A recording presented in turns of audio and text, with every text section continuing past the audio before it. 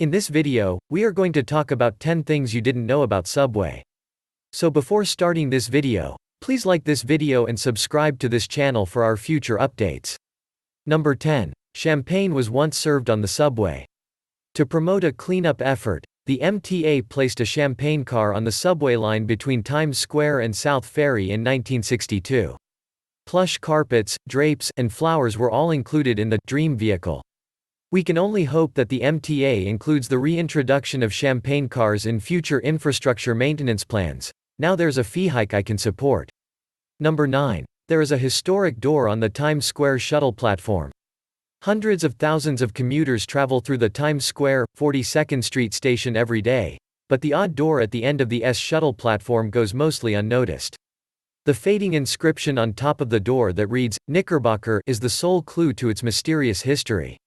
On the southeast corner of 42nd Street and Broadway, John Jacob Astor IV built the Knickerbocker Hotel in 1906. It was one of the city's most opulent hotels at the time. It included a 15-story building with 600 rooms, a barbershop, a 500-person dining hall, and a Beaux-Arts facade. The hotel also featured a direct access from the new IRT subway line's downtown station. The corridor leading to the platform was furnished with settees and adorned with heraldic flags, according to a 1906 New York Times story. The hotel bar was one of New York City's most sophisticated and elegant drinking establishments in the early 1900s, drawing celebrities such as F. Scott Fitzgerald and Enrico Caruso. In fact, the Knickerbocker Hotel was where Babe Ruth was sold from the Red Sox to the Yankees. Number 8. But that's not all. The Hoyt-Schermerhorn station is also home to the remains of a lost department store. Fulton Street was home to a number of well-known department or dry goods shops around the beginning of the 20th century. Inside the Hoyt-Schermerhorn station, one of the few surviving remnants of this past may be discovered. Large blue and yellow tiles with a big L ringed in the center adorn the mezzanine hallway. The tiles are a nod to Lozer's department store, which used to have a direct underground access. In reality, the identical corridor used to be lined with display cases filled with purses, jewelry, and perfumes, tempting travelers. From 1887 until 1952, the retail emporium covered a full block between Fulton, Elm, Bond, and Livingston Streets. Electric lighting, telephone lines, elevators, and escalators were all installed in the structure. From clothing to pianos, Lozer's had it all. Even the dinnerware used at Ellis Island was supplied by the business. Despite the fact that Lozer's went bankrupt in 1952, the ornamental subway tiles are still in use today. Number 7. The Hoyt-Schermerhorn subway station was featured in a famous music video. The Hoyt-Schermerhorn subway station formerly housed the HH shuttle, which linked to adjacent Court Street, in addition to the A, C, and G lines. The MTA ended the shuttle service in 1946. But the station's additional platforms were never utilized. Film teams have taken use of this empty area on many occasions throughout the years. The abandoned HH shuttle platform was most notably used as the background for Michael Jackson's classic, Bad, music video, which was directed by Martin Scorsese. Number 6. A massive subway map is embedded on a sidewalk in Soho. Outside of 110 Green Street, a stainless steel replica of the Manhattan subway map is embedded in the pavement. The map is 90 feet in length and 12 feet in width. François Schijn, a Belgian artist and architect who came to New York in 1978 to study urban design at Columbia, erected it in 1985. Schijn stated in her project notes, "The subway intrigued me. Its dirt, liveliness, graffiti, the millions of passengers who utilized it on a daily basis like milling ants or electrons in a computer." Schijn won the 1985 award for excellence in design for her work, Subway Map floating on a New York City sidewalk. Number 5. There is an MTA signal training school hidden inside of the 14th Street A, C, E station.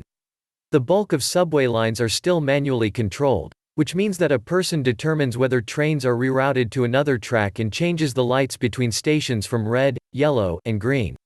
One of the main reasons of delays and lengthy wait periods between trains is the outdated signaling system. The MTA hopes to convert all lines to a computerized control system in the future, although only the 7 and L lines have been equipped with new signaling equipment since the project was announced in 1991. Workers on the subway go through an 18-month training program to learn how to alter signals and operate equipment that goes back to the 1930s. What are they doing with all of this? Inside the A.C. East 14th Street station, at the Charles E. Morehouse Signals Learning Center. According to a plaque, Charles exemplified the dedication to excellence that is the hallmark of way signal maintenance, from 1953 until 2002. Number 4. Tokens were sucked from turnstiles by New Yorkers. Subway tokens were used to pay for rides prior to the introduction of MetroCards. When they vanished, so did an ingenious, albeit revolting crime: token sucking. The thief would stuff a piece of paper into the token slot and wait for a commuter to try to insert a token. The thief would then suck the token out by placing his or her lips over the jammed slot. Token sucking was apparently an epidemic in the late 1980s, which is unimaginable today. During the summer of 1989, repair crews were dispatched to 1,779 calls to repair turnstiles in a system with a total of 2,897 turnstiles, according to the New York Times. Paper was stuffed into the token slots in more than 60% of the calls. Some token booth clerks resorted to sprinkling chili powder or mace outside of the token slots. Number 3. Inside the 51st Street, Lexington Avenue station, there is a hidden library. The Terence Cardinal Cook Cathedral branch of the New York Public Library is located on the corner of Lex and 50th Street, just outside the 6 train turnstile. It doesn't have a street entrance or a sign. The branch opened in 1992, but it has been home to a library since 1887 in the 2,100 square foot space. Many commuters mistake the NYPL for an MTA help desk, according to the branch manager. In 2010, she told the New York Times, "They come in looking for assistance with the MetroCard machine. If we aren't too busy, we will assist them, and they often ask for subway maps, so we have a large supply on hand." The New York Public Library was not the first library to have a direct subway access. The Mercantile Library of New York was situated at 21 Astor Place from 1854 until 1932. The library, formerly known as Clinton Hall, had 12,000 members and over 120,000 books in its peak, making it the country's biggest circulating library at the time. There were lectures given by notable individuals such as Ralph Waldo Emerson, Mark Twain, and Frederick Douglass. Clinton Hall was so important that when the Astor Place station was completed in 1904, a direct entrance was provided for it. In 1932, the Mercantile Library moved to 47th Street, and the building's underground entrance was closed. Only a plaque outside the turnstiles on the downtown platform, hanging above a subway map, remains. Number 2. Brooklyn is home to the world's oldest subway tunnel. The Atlantic Avenue Tunnel was constructed in 1844 as part of the Long Island Railroad, a commuter train route between New York and Boston. The London Underground System, 1863, the Tremont Street Subway in Boston, 1869, and New York City's first official subway, a 312-foot pneumatic-powered line that lasted from 1870 to 1873, all preceded the underground tube. The half-mile tunnel went under Atlantic Avenue in central Brooklyn. To prevent fatal accidents with people or animals, the rails were buried. Trains had poor brakes at the time, and accidents were frequent in heavily crowded areas. The tube was shut down in 1861, and the world's first subway was soon forgotten. The Long Island Railroad Tunnel is somewhat of a mystery, the Brooklyn Daily Eagle reported in 1896. Few people in Brooklyn are aware that such a thing exists, where it is, when it was constructed, to what use it has or has been put, who owns it, and what is likely to become of it. In the 1980s, an urban explorer called Bob Diamond found the tunnel. The tunnel's entrance was shut off by New York City in 2010, although subway nerds may still visit the tunnel's ancient coal chamber.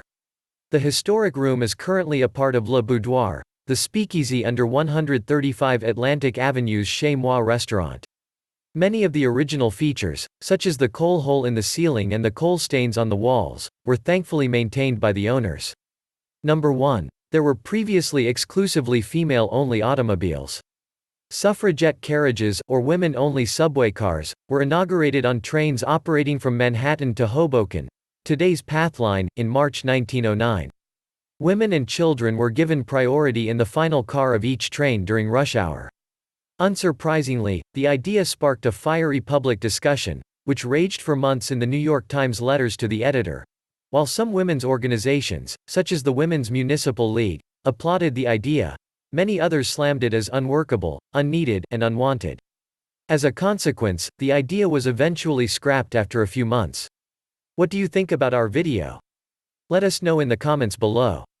If you enjoyed this video and want to hear from me again, be sure to hit that subscribe button and turn on notifications before you go. Thanks for watching.